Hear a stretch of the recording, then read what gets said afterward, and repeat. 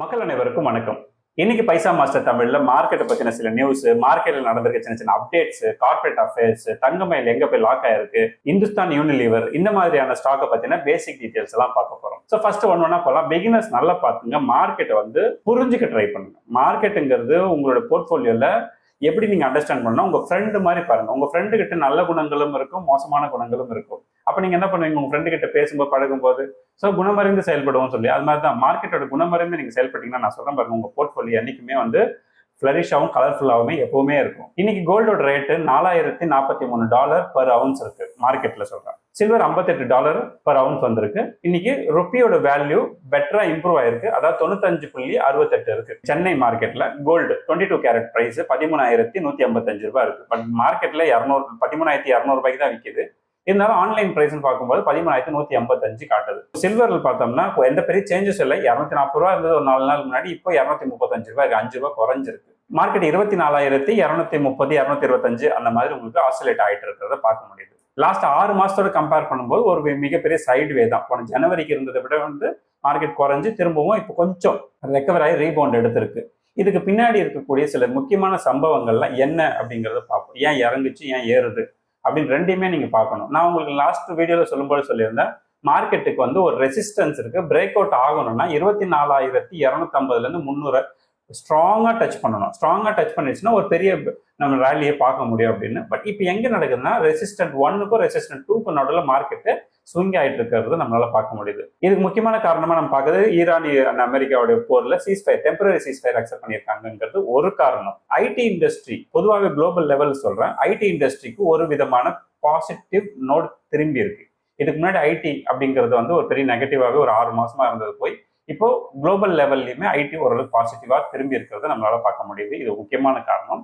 Stock மார்க்கெட்டோடைய வீழ்ச்சி அப்படின்னு பார்த்தோம்னா, மிக முக்கியமான ஸ்டாக் கருதப்படக்கூடிய HDFC, TCS, HCL, இன்ஃபோசிஸ் இந்த மாதிரியான கம்பெனிஸ் எல்லாம் தொடர்ந்து நெகட்டிவ் நோக்கி நகர்ந்துருக்கும். 6 மாசம் நம்ம பார்த்தோம். அதுதான் மிகப்பெரிய வீழ்ச்சிக்கு, அதாவது நிஃப்டி சொல்றேன். உங்க போர்ட்ஃபோலியோல இந்த ஸ்டாக் எல்லாம் இல்லைன்னு வச்சுக்கோங்களேன், பெரிய அளவுக்கு உங்களுக்கு இம்பாக்டே இருந்திருக்காது. ஆனா இந்த முக்கியமான ஸ்டாக்குக்கு அதிகமான வெயிட்டேஜ் கொடுத்திருந்தாங்க நிஃப்டியில். அதுதான் முக்கியமான காரணம் மார்க்கெட் இறங்கினதுக்கும். அதுதான் முக்கியமான காரணம் இப்போ மார்க்கெட் ரெக்கவர் ஆகி மேலே போகிறதுக்கும். க்ரூட் ஆயில் பார்த்தோம்னா $100 வரைக்குமே போனது, கிட்டத்தட்ட 90 ஆகி இப்போ 86 84 அந்த ரேஞ்சுக்கு வரதுக்கு முயற்சி பண்ணுது. இன்னும் ஒரு 1 or 2 டேஸ்ல 85க்கு கீழே கூட இது வந்துடும். ஏன்னா லாஸ்ட் டைம் 70 வரைக்குமே வந்தது, $70 பெர் பேரலுங்கிற அளவுக்கு வந்தது. நல்ல பொசிஷன் எடுத்தோம், ஆனா எல்லாமே திருப்பி ரிவர்ஸ் ஆச்சு. இப்போ கூட ரிவர்ஸ் ஆகாதுன்னு நான் சொல்லலை. இப்போதைக்கு இருக்கிற நிலைமைக்கு என்னன்னு பாத்துக்கோங்க.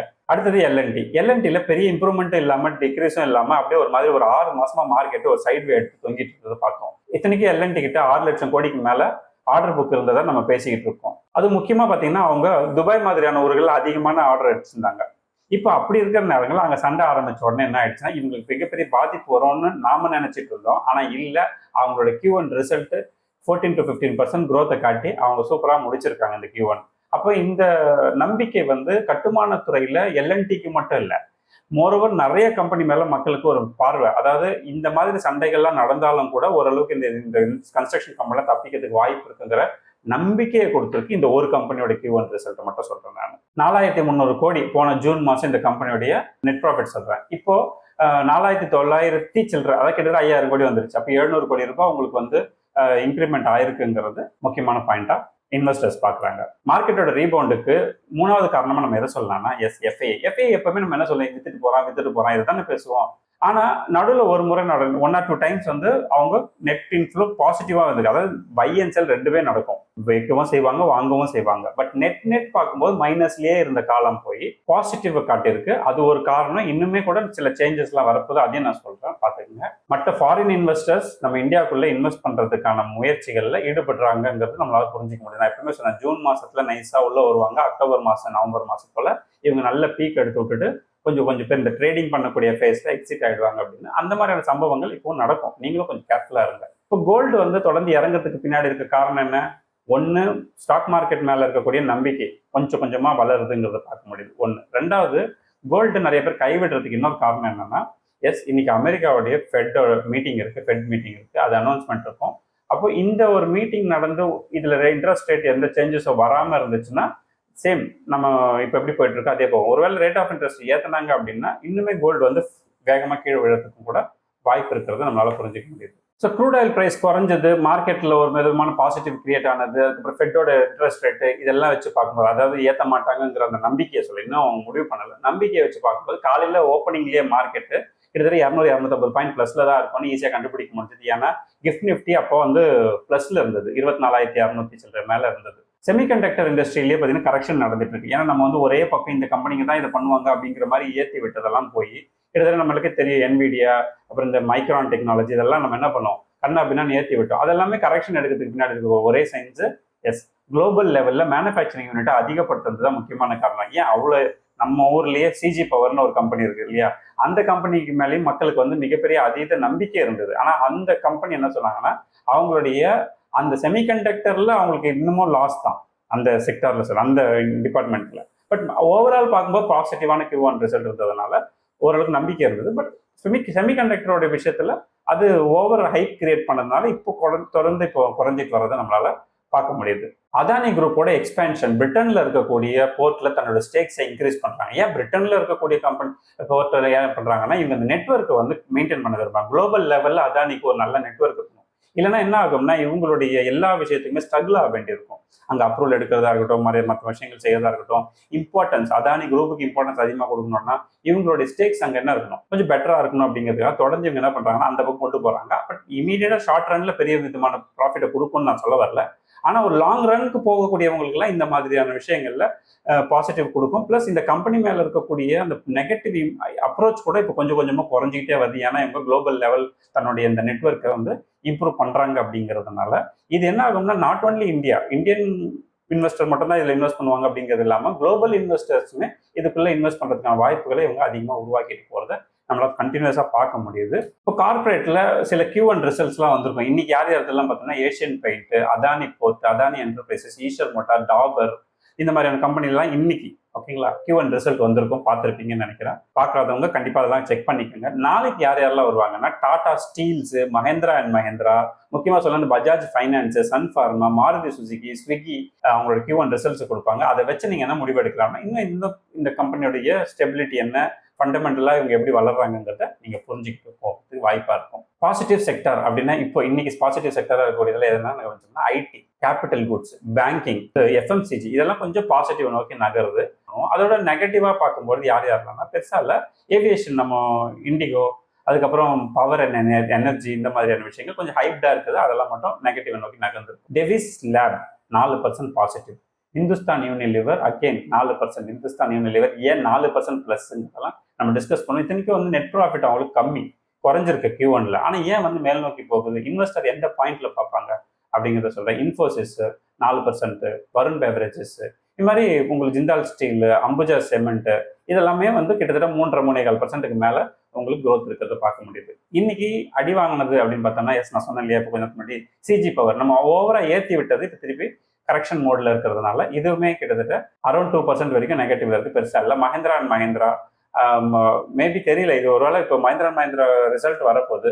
ரிசல்ட் வர்றதுல அப்போ நெகட்டிவ் இருக்குமோ, ஏன்னா இன்னைக்கு இந்த அளவுக்கு ஒரு பெரிய டவுன் எடுக்கிறதுக்கு அதுவும் கூட காரணமாக இருக்கலாம். அந்த அளவு பார்த்தா தான் தெரியும். போஷ், சம்மர்தனா, இந்த கம்பெனிக்கெல்லாம் நெகட்டிவா ரொம்பலாம் இல்லை, ஒரு 1% அரௌண்ட் நெகட்டிவா இருக்கிறது நம்மளால பார்க்க முடியுது. சாஃப்ட்வேர் கம்பெனின்னு சொல்லக்கூடிய இந்த 4 நிறுவனம் இருக்கு, அதாவது HCL, TCS, இன்ஃபோசிஸ், விப்ரோ, இந்த 4 கம்பெனி நம்ம எடுத்து பார்க்கணும். Even tech Mahindra share price இம்ப்ரூவ்மெண்ட்டை கவனிக்கணும் அப்படின்னா, போன 1 மந்த்ல மட்டும், நான் சொல்றது 1 மாசத்துல மட்டும் எங்கேருந்து எங்க வளர்ந்துருக்காங்கன்னு பார்த்தா, HCL டெக்னாலஜி கிட்டத்தட்ட 22% growth. அடுத்த டெக் மஹேந்திரா 14.5% growth போன 1 மந்த்ல மட்டும். எந்தெந்த டிப்லலாம் நீங்க ப்ராப்பரா இன்வெஸ்ட் பண்ணிருக்கீங்கிறதையும் பார்த்துட்டு, இன்ஃபோசிஸ் எடுத்தோம்னா ஒரு 11% உங்களுக்கு பாசிட்டிவா இருக்கும். டாடா கன்சல்டன்சி சர்வீசஸ், TCS, அதுவுமே 17% அப் ட்ரெண்ட் நோக்கி வந்திருக்கு போன 1 மந்த்ல மட்டும் நான் சொல்றேன். ஏன்னா அதுக்கு முன்னாடி கீழே விழுந்திருக்கும், அது ரீபவுண்ட் தான். இதெல்லாம் ட்ரெண்ட்லாம் கிடையாது, இது ரீபவுண்ட்னு எடுத்துக்கோங்க. விப்ரோ எடுத்துனாலும் ஒரு 4%, ரொம்ப பெருசா இல்லை, விப்ரோ மேல கான்ஃபிடன்ஸ் இல்லை போல, அது ஒரு 4.5% இருக்கு அப்படிங்கிறத நீங்க பாருங்க. இன்னைக்கு ஃபெட்ல இருந்து வரக்கூடிய அறிவிப்பு, இந்த மீட்டிங் முடிஞ்சதும் பாசிட்டிவா இருக்குமா நெகட்டிவா இருக்குமா அப்படின்னா, பாசிட்டிவ் நம்ம எதை சொல்றோம்னா, இந்த சேஞ்சஸ் இல்லாம இருக்கிறது பாசிட்டிவ்.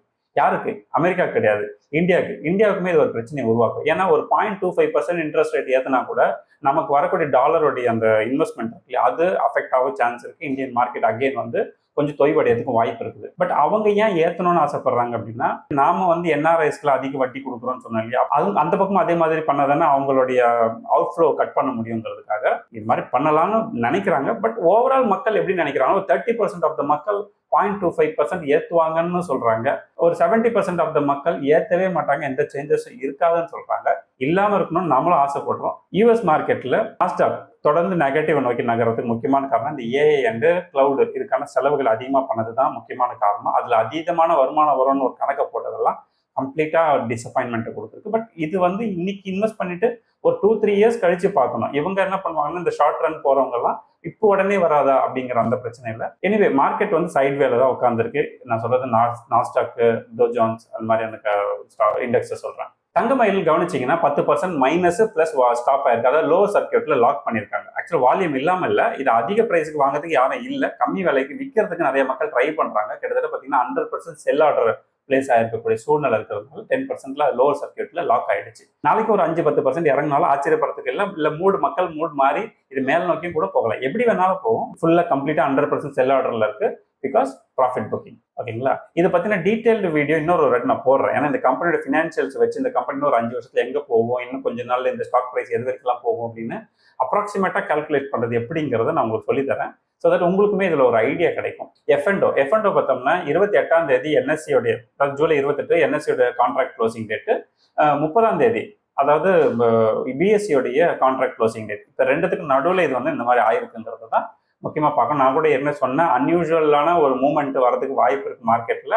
அப்படி அன்யூஷுவலான மூவ்மெண்ட் வர்றதுக்கு பின்னாடி இந்த எஃப்என்டோவும் காரணமாக இருக்கும். கொஞ்சம் கேர்ஃபுல்லாக இருங்கன்னு சொன்னேன் இல்லையா, அதுவுமே இதில் இம்பாக்ட் இருக்குன்னு நான் சொல்ல வரேன். ஓகே, இந்துஸ்தான் யூனிலிவர் என்ன பண்ணியிருக்காங்கன்னா Q1 ரிசல்ட் குறைச்சி காமிச்சிருக்காங்க. அதாவது நெட் ப்ராஃபிட்டை 2680 கோடி காட்டியிருக்காங்க. வேற போன வருஷம் 2768 கோடி இருந்தது நெட் ப்ராஃபிட். அப்போ இது என்ன இருக்கு, போன ஜூன் குவார்டரை விட இந்த ஜூன் குவார்டர் கம்மியா இருக்குல்ல. ஆனா ஷேர் பிரைஸை கவனிச்சிங்கன்னா உங்களுக்கு 4%, 4.5% பிளஸ்ல இருக்கும். அப்போ 4.5% இது பிளஸ்ல வர்றதுக்கு என்ன காரணம் அப்படின்னா, ஒரு இன்ஸ்டிடியூஷன் இந்த நெட் ப்ராஃபிட்டை மட்டும் பார்க்க மாட்டாங்க.